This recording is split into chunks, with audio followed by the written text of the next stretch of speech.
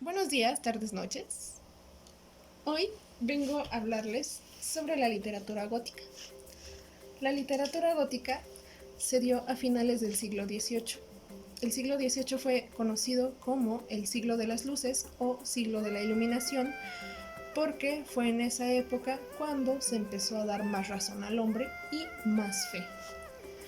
Y también tuvo influencia en la literatura romántica. Pero en esta ocasión no tocaremos nada de eso. La literatura gótica se dio en Inglaterra y también tuvo auge en Francia y Alemania.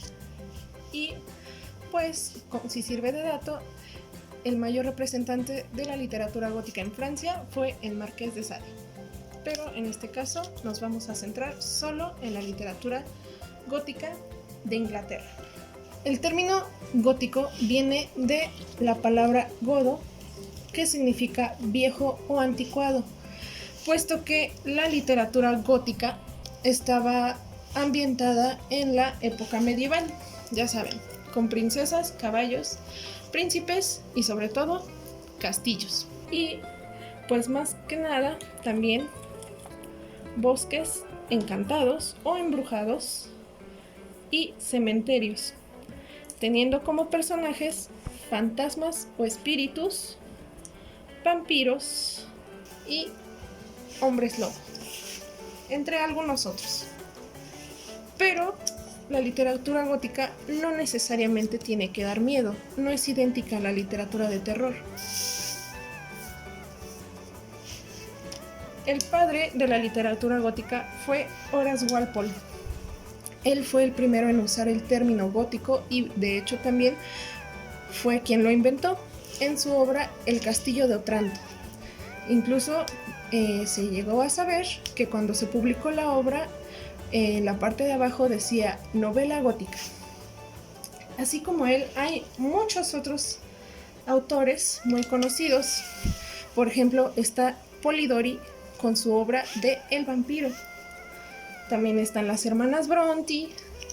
Está Robert Louis Stevenson con su obra El extraño caso de Dr. Jekyll y Mr. Hyde, que fue la obra que más inspiró a películas, caricaturas como los Looney Tunes, cuando Piolín está siendo perseguido por Silvestre y accidentalmente cae en la fórmula Hyde, y también a muchísimas canciones tanto en español como en inglés.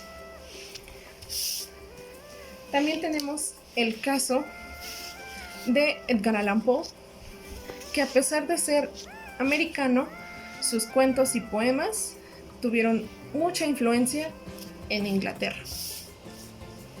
Pero esta ocasión nos vamos a centrar en la autora Mary Shelley. Así es, la mamá de Frankenstein. Pero tampoco hablaremos de Frankenstein el día de hoy. Vamos a hablar de su obra El sueño. El sueño es sobre una condesa llamada Constanza que está de luto porque su padre y sus hermanos fueron asesinados brutalmente en una guerra.